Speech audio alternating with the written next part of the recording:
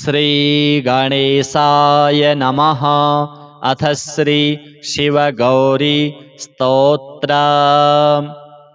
श्रीनिपाशपुष्पसरपुण्ड्रचापकैः करपङ्कजैः कलितभक्तवाञ्छिता तरुणारुणारुणतनुं त्रिलोचना ललितां भजे ललितचन्द्रचूलिका ललिता विभूषितनिजाङ्गमूर्तये ललितेषु चापश्रेणिपाशपाणये उदयारुणाद्युतिमुषे दयाजुषे मदनेश्वराय महते नमो नमः। अञ्चत् पञ्चशिखोच्चमञ्चनिकटे चक्रासनाध्यासिनी सौन्दर्यस्य महीं नवाब्दवयसं गौरीं कुलालापिनी माला पुष्पश्रेणीगुणाञ्चितकरां पूगप्रमाणस्तनी बालां श्रीललिताम्बिका दुहितरां लीलासमुद्रां भजे चिन्तामणिग्रहवराञ्चितशक्तिचक्र रक्षाकरं कलितकुङ्कुमरक्तवर्णां सौन्दर्यराशिवपुषं दशवर्षदेश्यां वन्दे कुमारमदनेश्वरमिन्दुमौलिम् अपराजितनामधेयमश्वं सुखमारूढवती सुवर्णवर्णा विलसन्मणिवेत्रपाशहस्ता परिभूयात् परमेश्वरी सपत्नान् अधिरुह्य जपारुणं तुरङ्गं करपद्माञ्चितवेत्रपाशशक्तिः परिभूतविपक्षपक्षकोऽव्याद् अरुणाभः परमेश्वरी सहायः रक्तां विचित्रवसनां नवचन्द्रचूडाम् अन्नप्रदाननिरतां स्तनभारनम्रां नृत्यन्तमिन्दुशकलाभरणं विलोक्य हृष्टां भजे भगवतीं भवदुःखहन्त्रीम् उदञ्चिता कुञ्चितवामपादं समञ्चिता हिन्दुकृशानुहस्तम् अन्नप्रदां वीक्ष्य मुदा महेशीं नटन्तमाद्यं नटमाश्रयामः अरुणारुणकोटितुल्यकान्तिं श्रीनिपाशाभयवाञ्छितप्रदानैः अनुरक्तकरां नवेन्दुचूडाम् अखिलेशीं भुवनेश्वरीं भजामः बालेन्दुकलितोत्तंसं बालारुणसमद्युतिं पाशाङ्कुशवराभीतिकरं शम्भुं समाश्रये कुलाचलकुतूहलं कुसुमचापसञ्जीवनं कुचे कलितवल्कलं गुरुकृपारसं लोचने जपासहृदयं रुचौ जपवटाभिरामं करे जटानिबिडितं कचे जयति जीवितं शाम्भवम् दत्तात्रेयं शिवं शान्तम् इन्द्रनीलनिभं प्रभुम् आत्ममायारतं देवम् अवधूतं दिगम्बरं भस्मोद्धूलितसर्वाङ्गं जटाजूटधरं विभुं चतुर्बाहुमुदाराङ्गं प्रफुल्लकमलेक्षणं ज्ञानयोगनिधिं विश्वगुरुं योगिजनप्रियं भक्तानुकम्पिनं सर्वसाक्षिणं सिद्धसेवितम् एवं यः सततं ध्यायेत् देवदेवं सनातनं स मुक्तः सर्वपापेभ्यो निःश्रेयसमवाप्नुयात्। श्रीनिपाशपुष्पसरपुण्ड्रचापकैः करपङ्कजैः कलितभक्तवाञ्छिताम् तरुणारुणारुणतनुं त्रिलोचनां ललितां भजे ललितचन्द्रचूलिकां ललिता विभूषितनिजाङ्गमूर्तये ललितेषु चापश्रेणिपाशपाणये उदयारुणाद्युतिमुषे दयाजुषे मदनेश्वराय महते नमो नमः। अञ्चत् पञ्चशिखोच्चमञ्चनिकटे चक्रासनाध्यासिनी सौन्दर्यस्य महिं नवाब्दवयसं गौरीं कुलालापिनी माला पुष्पश्रेणीगुणाञ्चितकरां पूगप्रमाणस्तनी बालां श्रीललिताम्बिकादुहितरां लीलासमुद्रां भजे चिन्तामणिग्रहवराञ्चितशक्तिचक्र रक्षाकरं कलितकुङ्कुमरक्तवर्णं सौन्दर्यराशिवपुषं दशवर्षदेश्यं वन्दे कुमारमदनेश्वरमिन्दुमौलिम् अपराजितनामधेयमश्वं सुखमारूढवती सुवर्णवर्णा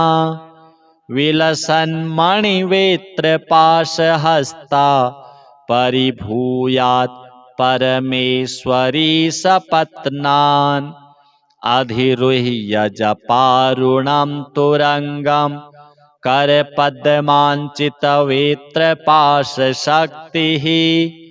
परिभूतविपक्षपक्षकोऽव्याद्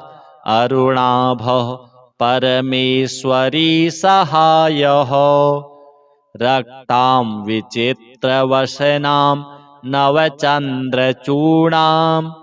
अन्नप्रदाननिरतां स्तनभारनम्रां नृत्यन्तमिन्दुशकलाभरणं विलोक्य हृष्टां भजे भगवतीं भवदुःखहन्त्रीम् उदञ्चिता कुञ्चितवामपादं समञ्चिता हिन्दुकृशानुहस्तम् अन्नप्रदां वीक्ष्य मुदा महेशीं नटन्तमाद्यं नटमाश्रयामः अरुणारुणकोटितुल्यकान्तिं श्रीनिपाशाभयवाञ्छितप्रदानैः अनुरक्तकरां नवेन्दुचूडाम् अखिलेशीं भुवनेश्वरीं भजामः बालेन्दुकलितोत्तंसं बालारुणसमद्युतिं पाशाङ्कुशवराभीतिकरं शम्भुं समाश्रये कुलाचलकुतूहलं कुसुमचापसञ्जीवनं कुचे कलितवल्कलं गुरुकृपारसं लोचने जपा सहृदयं रुचौ जपवटाभिरामं करे जटानिबिडितं कचे जयति जीवितं शाम्भवम्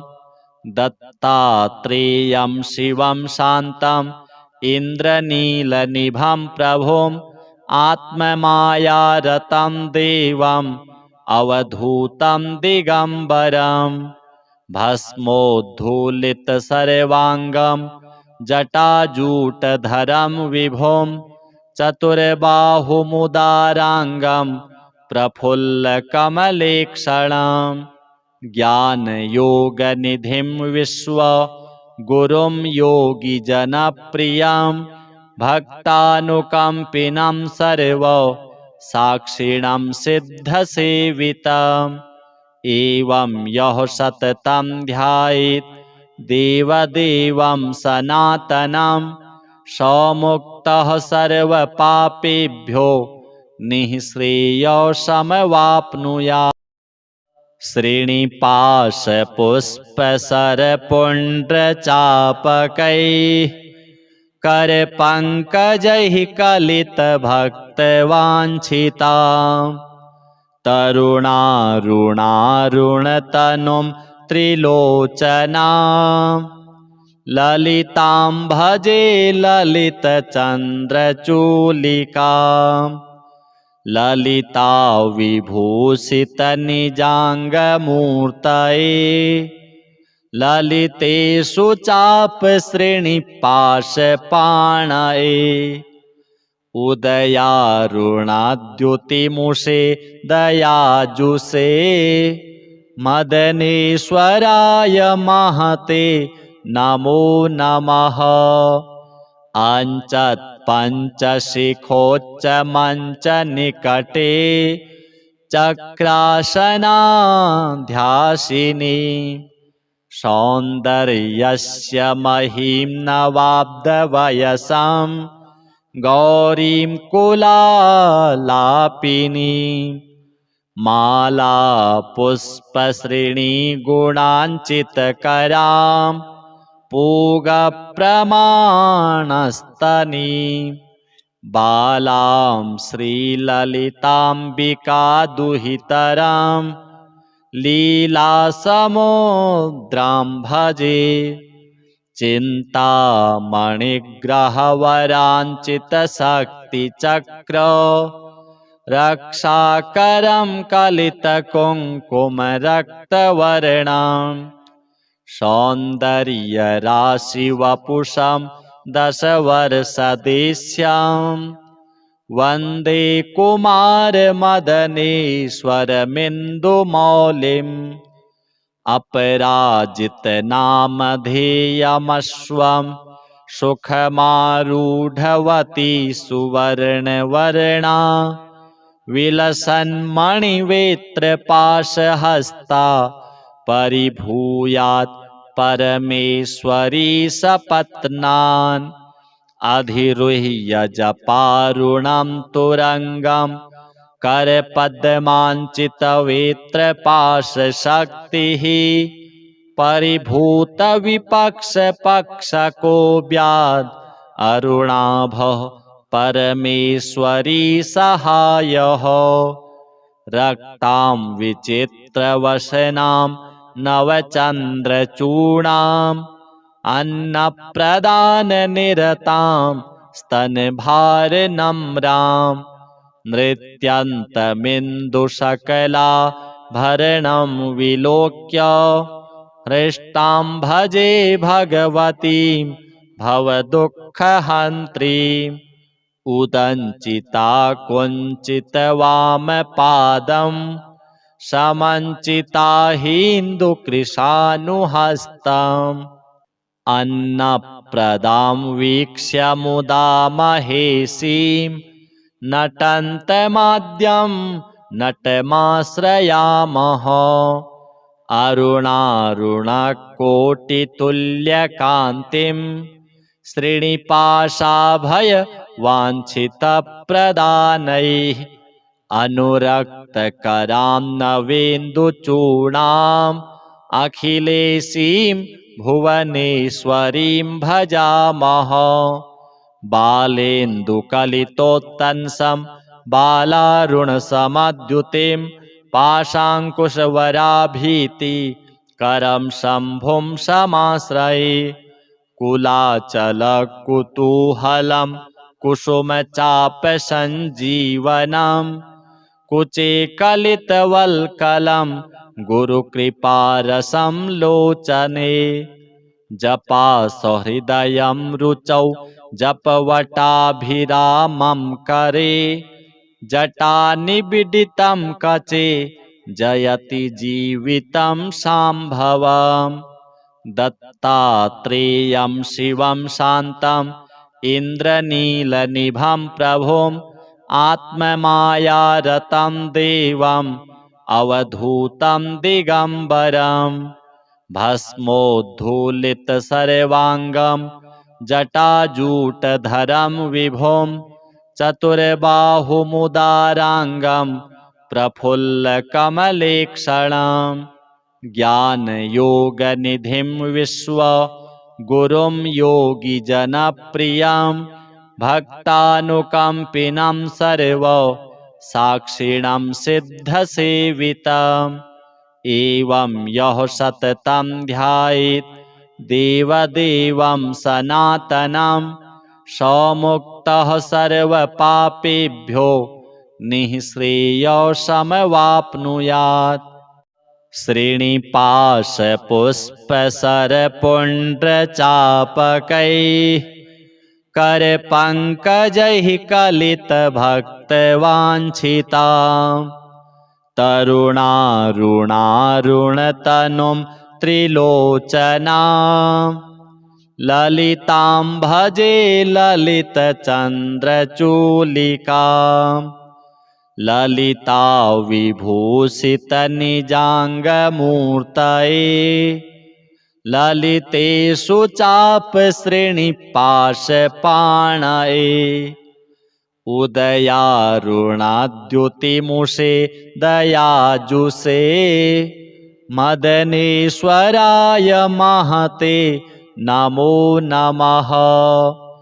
अञ्चत् पञ्चशिखोच्चमञ्चनिकटे चक्रासनाध्यासिनी सौन्दर्यस्य महीं नवाब्दवयसम् गौरीं कुलालापिनीं माला पुष्पश्रेणीगुणाञ्चितकरां पूगप्रमाणस्तनीं बालां श्रीललिताम्बिकादुहितरां लीलासमुद्रां भजे चिन्तामणिग्रहवराञ्चितशक्तिचक्र रक्षाकरं कलितकुङ्कुमरक्तवर्णं सौन्दर्यराशिवपुषं दशवर्षदेश्यां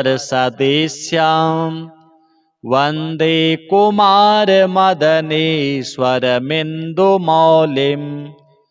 अपराजितनामधेयमश्वं सुखमारूढवती सुवर्णवर्णा विलसन्मणिवेत्रपाशहस्ता परिभूयात् परमेश्वरी सपत्नान् अधिरुह्य जपारुणं तुरङ्गं करपद्माञ्चितवेत्रपाशशक्तिः परिभूतविपक्षपक्षकोऽव्याद् अरुणाभः परमेश्वरी सहायः रक्तां विचित्रवसनां नवचन्द्रचूडाम् अन्नप्रदाननिरतां स्तनभारनम्रां नृत्यन्तमिन्दुशकलाभरणं विलोक्य हृष्टां भजे भगवतीं भवदुःखहन्त्रीम् उदञ्चिता कुञ्चितवामपादं समञ्चिताहीन्दुकृशानुहस्तम् अन्नप्रदां वीक्ष्य मुदा महेशीं नटन्तमाद्यं नटमाश्रयामः अरुणारुणकोटितुल्यकान्तिं श्रीनिपाशाभयवाञ्छितप्रदानैः अनुरक्तकरां नवेन्दुचूडाम् अखिलेशीं भुवनेश्वरीं भजामः बालेन्दुकलितोत्तंसं बालारुणसमद्युतिं पाशाङ्कुशवराभीतिकरं शम्भुं समाश्रये कुलाचलकुतूहलं कुसुमचापसञ्जीवनं कुचे कलितवल्कलं गुरुकृपारसं लोचने जपासहृदयं रुचौ जपवटाभिरामं करे जटानिबिडितं कचे जयति जीवितं शाम्भवम् दत्तात्रेयं शिवं शान्तम् इन्द्रनीलनिभं प्रभुम् आत्ममायारतं देवम् अवधूतं दिगम्बरम् भस्मोद्धूलितसर्वाङ्गं जटाजूटधरं विभुं चतुर्बाहुमुदाराङ्गं प्रफुल्लकमलेक्षणं ज्ञानयोगनिधिं विश्वगुरुं योगिजनप्रियं भक्तानुकम्पिनं सर्वसाक्षिणं सिद्धसेवितम् एवं यः सततं ध्यायेत् देवदेवं सनातनं समुक्तः सर्वपापेभ्यो निःश्रेयसमवाप्नुयात् श्रीनिपाशपुष्पसरपुण्ड्रचापकैः करपङ्कजैः कलितभक्तवाञ्छिताम् तरुणारुणारुणतनुं त्रिलोचनां ललितां भजे ललितचन्द्रचूलिकां ललिता विभूषितनिजाङ्गमूर्तये ललितेषु चापश्रेणिपाशपाणये उदयारुणाद्युतिमुषे दयाजुषे मदनेश्वराय महते नमो नमः अञ्चत्पञ्चशिखोच्चमञ्चनिकटे चक्रासनाध्यासिनी सौन्दर्यस्य महिं नवाब्दवयसम् गौरीं कुलालापिनीं माला पुष्पश्रेणीगुणाञ्चितकरां पूगप्रमाणस्तनीं बालां श्रीललिताम्बिकादुहितरां लीलासमुद्रां भजे चिन्तामणिग्रहवराञ्चितशक्तिचक्र रक्षाकरं कलितकुङ्कुमरक्तवर्णं सौन्दर्यराशिवपुषं दशवर्षदेश्यं वन्दे कुमारमदनेश्वरमिन्दुमौलिम् अपराजितनामधेयमश्वं सुखमारूढवती सुवर्णवर्णा विलसन्मणिवेत्रपाशहस्ता परिभूयात् परमेश्वरी सपत्नान् अधिरुह्य जपारुणं तुरङ्गं करपद्माञ्चितवेत्रपाशशक्तिः परिभूतविपक्षपक्षको अरुणाभः परमेश्वरी सहायः रक्तां विचित्रवसनां नवचन्द्रचूडाम् अन्नप्रदाननिरतां स्तनभारनम्रां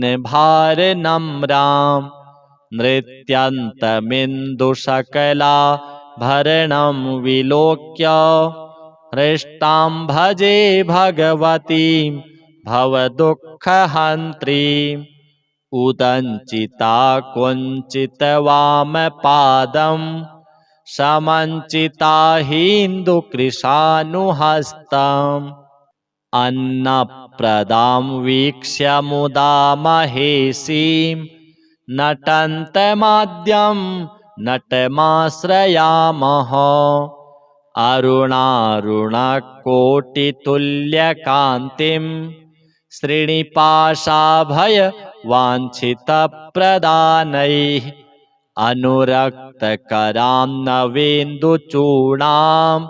अखिलेशीं भुवनेश्वरीं भजामः बालेन्दुकलितोत्तंसं बालारुणसमद्युतिं पाशाङ्कुशवराभीतिकरं शम्भुं समाश्रये कुलाचलकुतूहलं कुसुमचापसञ्जीवनं कुचे कलितवल्कलं गुरुकृपारसं लोचने जपासहृदयं रुचौ जपवटाभिरामं करे जटानिबिडितं कचे जयति जीवितं शाम्भवम् दत्तात्रेयं शिवं शान्तम् इन्द्रनीलनिभं प्रभुम् आत्ममायारतं देवम् अवधूतं दिगम्बरम् भस्मोद्धूलितसर्वाङ्गं जटाजूटधरं विभुं चतुर्बाहुमुदाराङ्गं प्रफुल्लकमलेक्षणम् ज्ञानयोगनिधिं विश्वगुरुं योगिजनप्रियं भक्तानुकम्पिनं सर्वसाक्षिणं सिद्धसेवितम् एवं यः सततं ध्यायेत् देवदेवं सनातनं स मुक्तः सर्वपापेभ्यो निःश्रेयसमवाप्नुयात् श्रीनिपाशपुष्पसरपुण्ड्रचापकैः करपङ्कजैः कलितभक्तवाञ्छितां तरुणारुणारुणतनुं त्रिलोचनां ललितां भजे ललितचन्द्रचूलिकाम् ललिता विभूषितनिजाङ्गमूर्तये ललितेषु चापश्रेणिपाशपाणये उदयारुणाद्युतिमुषे दयाजुषे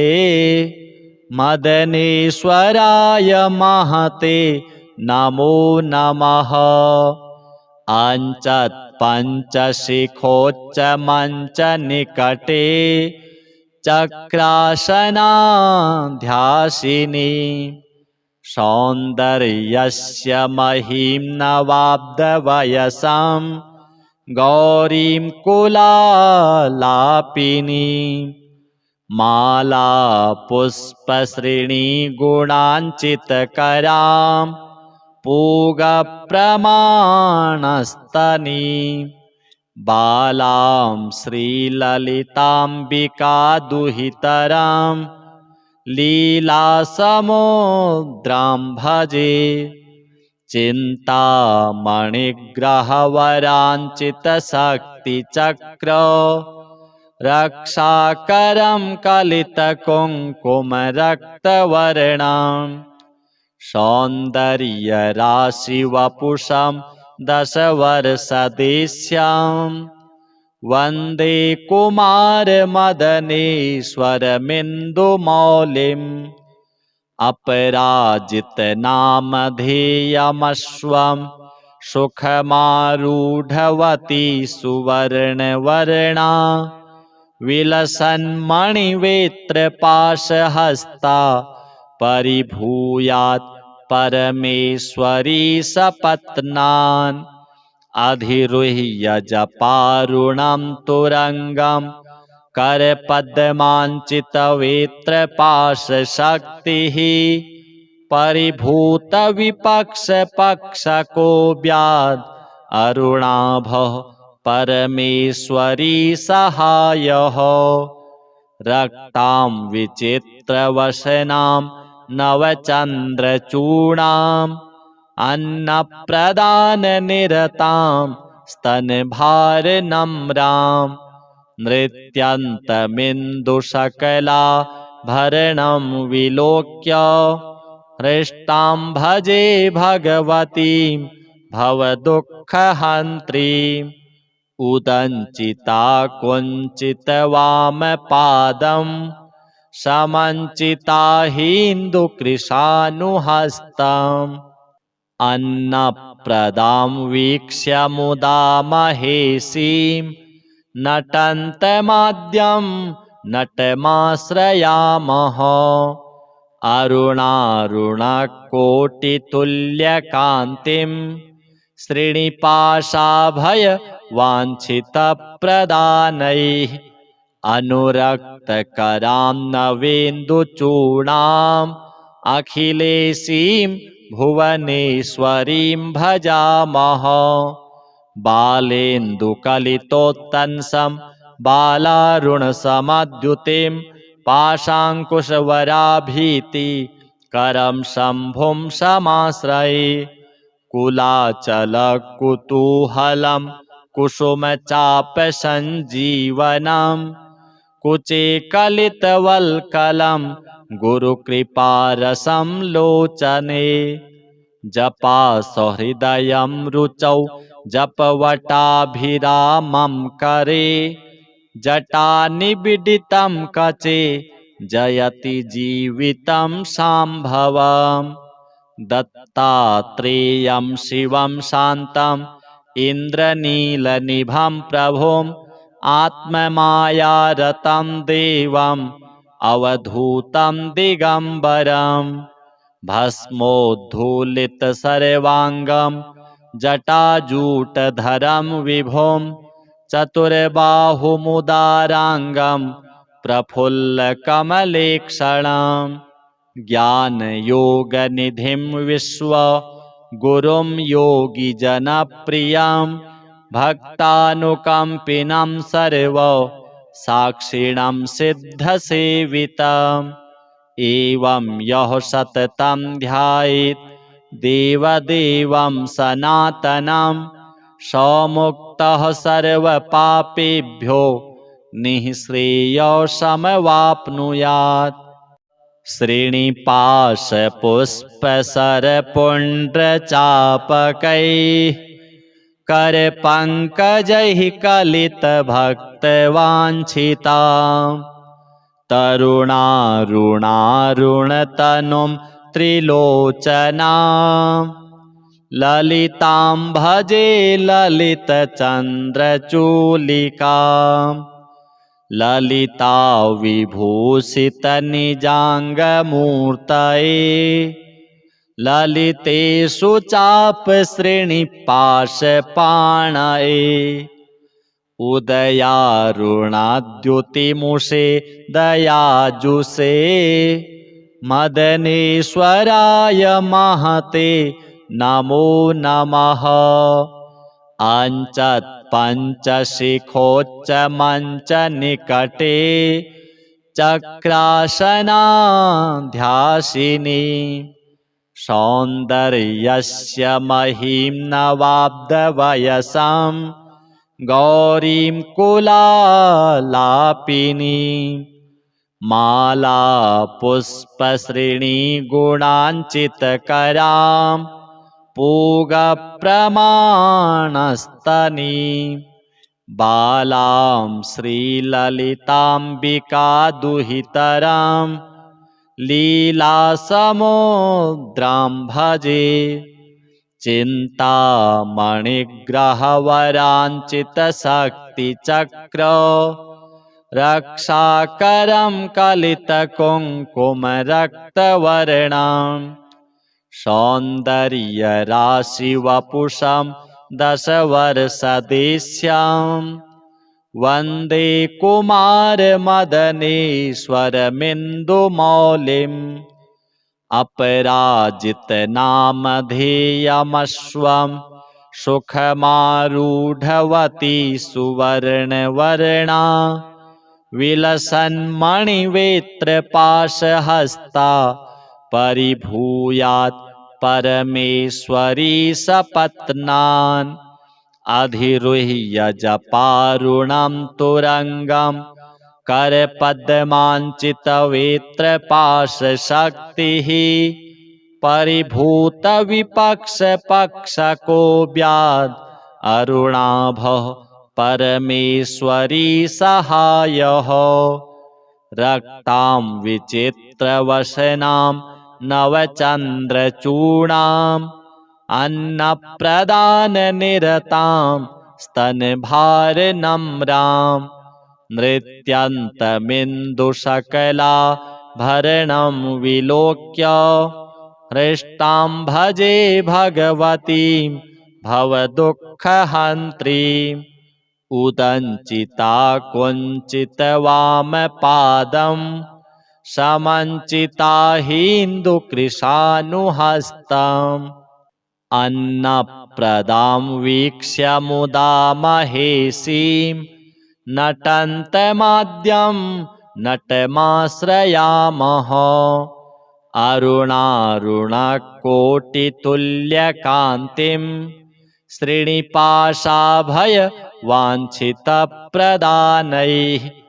अनुरक्तकरां नवेन्दुचूडाम् अखिलेशीं भुवनेश्वरीं भजामः बालेन्दुकलितोत्तंसं बालारुणसमद्युतिं पाशाङ्कुशवराभीतिकरं शम्भुं समाश्रये कुलाचलकुतूहलं कुसुमचापसञ्जीवनं कुचे कलितवल्कलं गुरुकृपारसं लोचने जपासहृदयं रुचौ जपवटाभिरामं करे जटानिबिडितं कचे जयति जीवितं शाम्भवम् दत्तात्रेयं शिवं शान्तम् इन्द्रनीलनिभं प्रभुम् आत्ममायारतं देवम् अवधूतं दिगम्बरम् भस्मोद्धूलितसर्वाङ्गं जटाजूटधरं विभुं चतुर्बाहुमुदाराङ्गं प्रफुल्लकमलेक्षणं ज्ञानयोगनिधिं विश्वगुरुं योगिजनप्रियं भक्तानुकम्पिनं सर्वसाक्षिणं सिद्धसेवितम् एवं यः सततं ध्यायेत्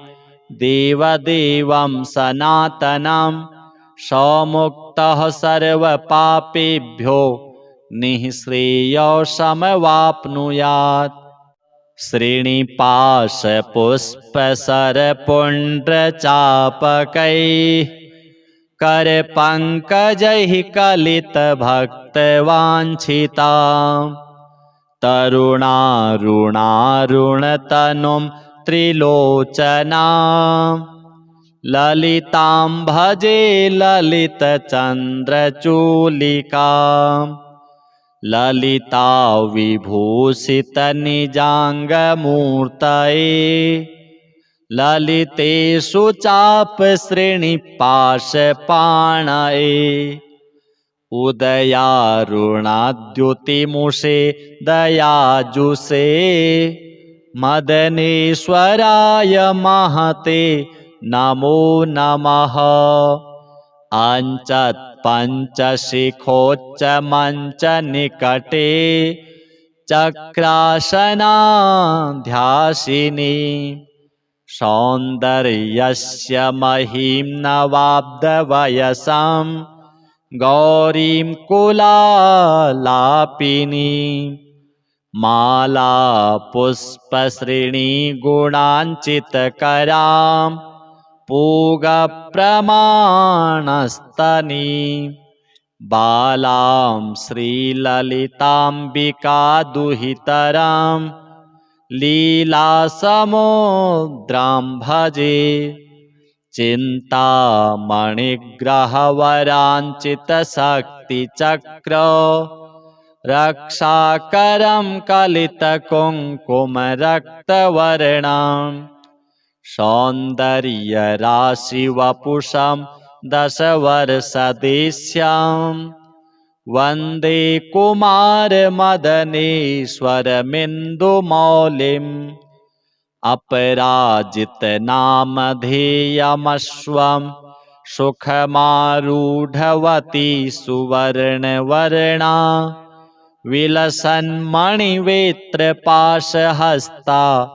परिभूयात् परमेश्वरी सपत्नान् अधिरुह्य जपारुणं तुरङ्गं करपद्माञ्चितवेत्रपाशशक्तिः परिभूतविपक्षपक्षको अरुणाभः परमेश्वरी सहायः रक्तां विचित्रवसनां नवचन्द्रचूडाम् अन्नप्रदाननिरतां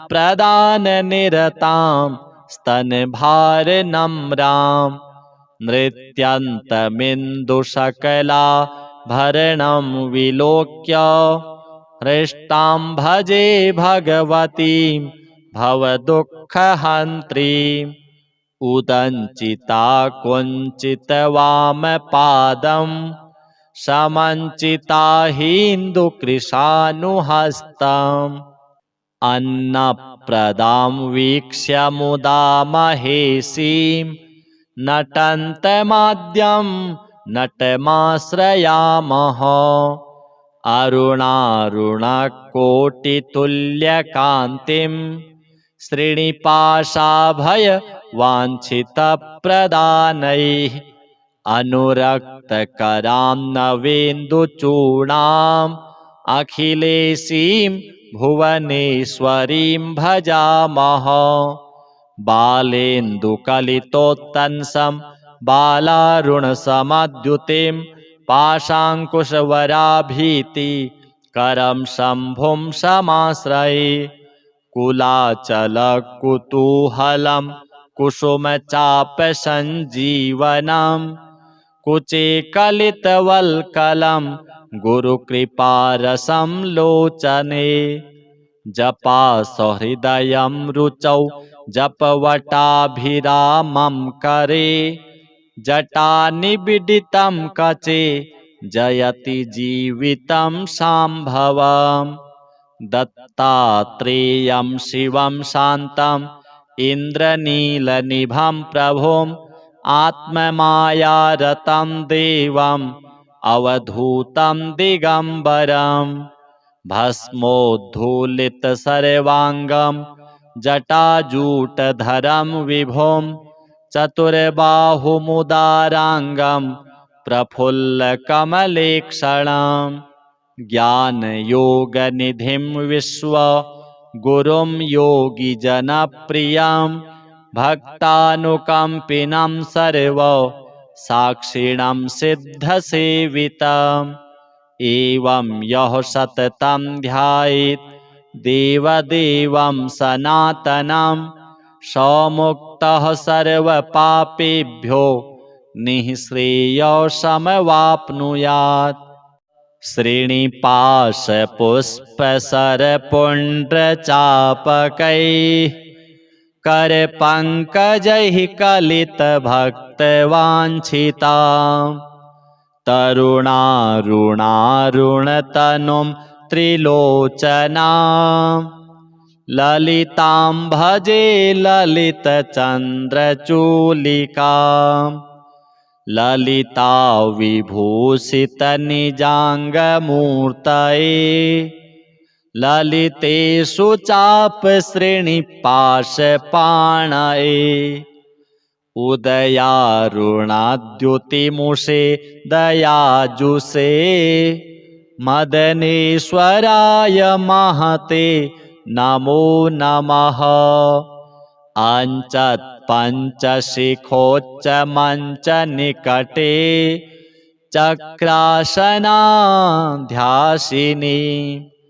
सौन्दर्यस्य महिं नवाब्दवयसं गौरीं कुलालापिनी माला पुष्पश्रेणीगुणाञ्चितकरां पूगप्रमाणस्तनी बालां श्रीललिताम्बिका दुहितरां लीलासमुद्रां भजे चिन्तामणिग्रहवराञ्चितशक्तिचक्र रक्षाकरं कलितकुङ्कुमरक्तवर्णां सौन्दर्यराशिवपुषं दशवर्षदेश्यां वन्दे कुमारमदनेश्वरमिन्दुमौलिम् अपराजितनामधेयमश्वं सुखमारूढवती सुवर्णवर्णा विलसन्मणिवेत्रपाशहस्ता परिभूयात् परमेश्वरी सपत्नान् अधिरुह्य जपारुणं तुरङ्गं करपद्माञ्चितवेत्रपाशशक्तिः परिभूतविपक्षपक्षकोऽव्याद् अरुणाभः परमेश्वरी सहायः रक्तां विचित्रवसनां नवचन्द्रचूडाम् अन्नप्रदाननिरतां स्तनभारनम्रां नृत्यन्तमिन्दुशकलाभरणं विलोक्य हृष्टां भजे भगवतीं भवदुःखहन्त्रीम् उदञ्चिता कुञ्चितवामपादं समञ्चिता हिन्दुकृशानुहस्तम् अन्नप्रदां वीक्ष्य मुदा महेशीं नटन्तमाद्यं नटमाश्रयामः अरुणारुणकोटितुल्यकान्तिं श्रीनिपाशाभयवाञ्छितप्रदानैः अनुरक्तकरां नवेन्दुचूडाम् अखिलेशीं भुवनेश्वरीं भजामः बालेन्दुकलितोत्तंसं बालारुणसमद्युतिं पाशाङ्कुशवराभीतिकरं शम्भुं समाश्रये कुलाचलकुतूहलं कुसुमचापसञ्जीवनं कुचे कलितवल्कलं गुरुकृपारसं लोचने जपासहृदयं रुचौ जपवटाभिरामं करे जटानिबिडितं कचे जयति जीवितं शाम्भवम् दत्तात्रेयं शिवं शान्तम् इन्द्रनीलनिभं प्रभुम् आत्ममायारतं देवम् अवधूतं दिगम्बरं भस्मोद्धूलितसर्वाङ्गं जटाजूटधरं विभुं चतुर्बाहुमुदाराङ्गं प्रफुल्लकमलेक्षणं ज्ञानयोगनिधिं विश्वगुरुं योगिजनप्रियं भक्तानुकम्पिनं सर्वसाक्षिणं सिद्धसेवितम् एवं यः सततं ध्यायेत् देवदेवं सनातनं समुक्तः सर्वपापेभ्यो निःश्रेयसमवाप्नुयात् श्रीनिपाशपुष्पसरपुण्ड्रचापकैः करपङ्कजैः कलितभक्तवाञ्छिता तरुणारुणारुणतनुं त्रिलोचना ललितां भजे ललितचन्द्रचूलिका ललिता विभूषितनिजाङ्गमूर्तये ललितेषु चापश्रेणिपाशपाणये उदयारुणाद्युतिमुषे दयाजुषे मदनेश्वराय महते नमो नमः अञ्चत्पञ्चशिखोच्चमञ्चनिकटे चक्रासनाध्यासिनी सौन्दर्यस्य महिं नवाब्दवयसां गौरीं कुलालापिनी माला पुष्पश्रेणीगुणाञ्चितकरां पूगप्रमाणस्तनी बालां श्रीललिताम्बिकादुहितरां लीलासमुद्रां भजे चिन्तामणिग्रहवराञ्चितशक्तिचक्र रक्षाकरं कलितकुङ्कुमरक्तवर्णां सौन्दर्यराशिवपुषं दशवर्षदेश्यां वन्दे कुमारमदनेश्वरमिन्दुमौलिम् अपराजितनामधेयमश्वं सुखमारूढवती सुवर्णवर्णा विलसन्मणिवेत्रपाशहस्ता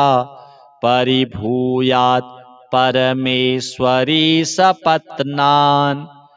अधिरुह्य जपारुणं तुरङ्गं करपद्माञ्चितवेत्रपाशशक्तिः परिभूतविपक्षपक्षको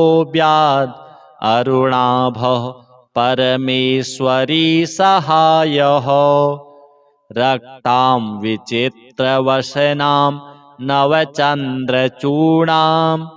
अन्नप्रदाननिरतां स्तनभारनम्रां नृत्यन्तमिन्दुशकलाभरणं विलोक्य हृष्टां भजे भगवतीं भवदुःखहन्त्रीम् उदञ्चिता कुञ्चितवामपादं समञ्चिता हिन्दुकृशानुहस्तम् अन्नप्रदां वीक्ष्य मुदा महेशीं नटन्तमाद्यं नटमाश्रयामः अरुणारुणकोटितुल्यकान्तिं श्रीनिपाशाभयवाञ्छितप्रदानैः अनुरक्तकरां नवेन्दुचूडाम् अखिलेशीं भुवनेश्वरीं भजामः बालेन्दुकलितोत्तंसं बालारुणसमद्युतिं पाशाङ्कुशवराभीतिकरं शम्भुं समाश्रये कुलाचलकुतूहलं कुसुमचापसञ्जीवनं कुचे कलितवल्कलं गुरुकृपारसं लोचने जपासहृदयं रुचौ जपवटाभिरामं करे जटानिबिडितं कचे जयति जीवितं शाम्भवम् दत्तात्रेयं शिवं शान्तम् इन्द्रनीलनिभं प्रभुम् आत्ममायारतं देवम् अवधूतं दिगम्बरं भस्मोद्धूलितसर्वाङ्गं जटाजूटधरं विभुं चतुर्बाहुमुदाराङ्गं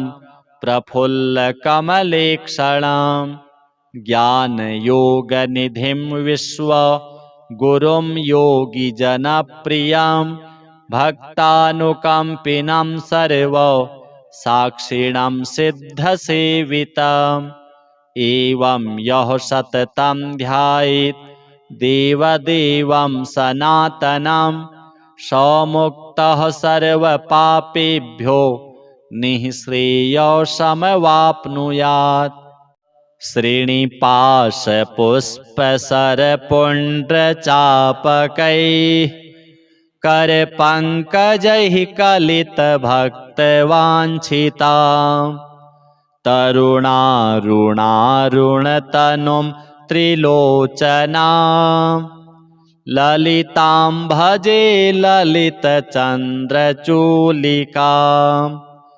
ललिता विभूषितनिजाङ्गमूर्तये ललितेषु चापश्रेणिपाशपाणये उदयारुणाद्युतिमुषे दयाजुषे मदनेश्वराय महते नमो नमः। अञ्चत्पञ्चशिखोच्चमञ्चनिकटे चक्रासनाध्यासिनी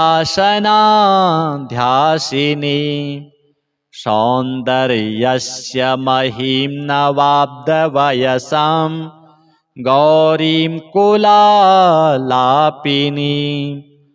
मालापुष्पश्रेणीगुणाञ्चितकरां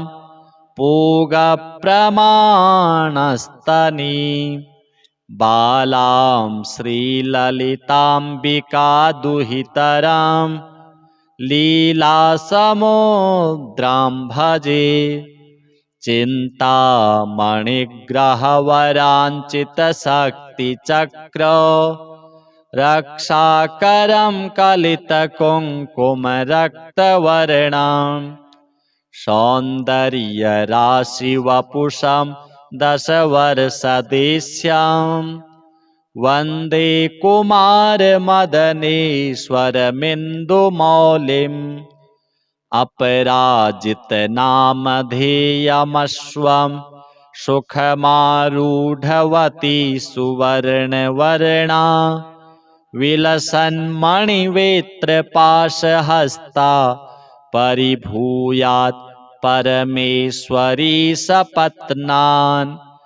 अधिरुह्य जपारुणं तुरङ्गं करपद्माञ्चितवेत्रपाशशक्तिः परिभूतविपक्षपक्षको व्याद् अरुणाभः परमेश्वरी सहायः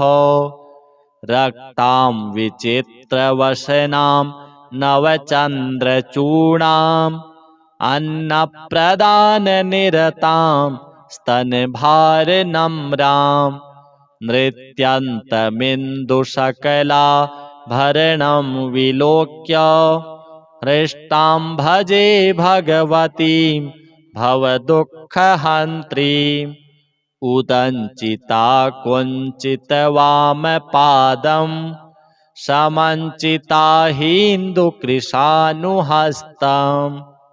अन्नप्रदां वीक्ष्य मुदा महेशीं नटन्तमाद्यं नटमाश्रयामः अरुणारुणकोटितुल्यकान्तिं श्रीनिपाशाभयवाञ्छितप्रदानैः अनुरक्तकरां नवेन्दुचूडाम् अखिलेशीं भुवनेश्वरीं भजामः बालेन्दुकलितोत्तंसं बालारुणसमद्युतिं पाशाङ्कुशवराभीतिकरं शम्भुं समाश्रये कुलाचलकुतूहलं कुसुमचापसञ्जीवनं कुचे कलितवल्कलं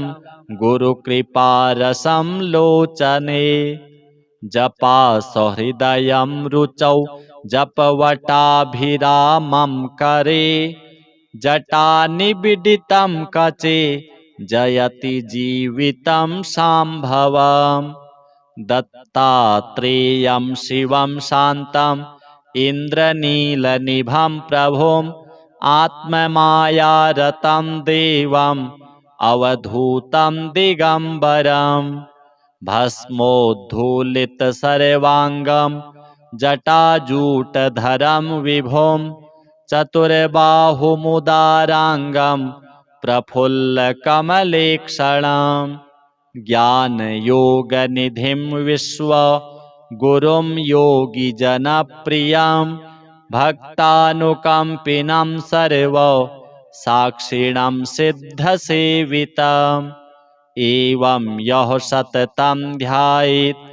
देवदेवं सनातनं स मुक्तः सर्वपापेभ्यो निःश्रेयसमवाप्नुयात्।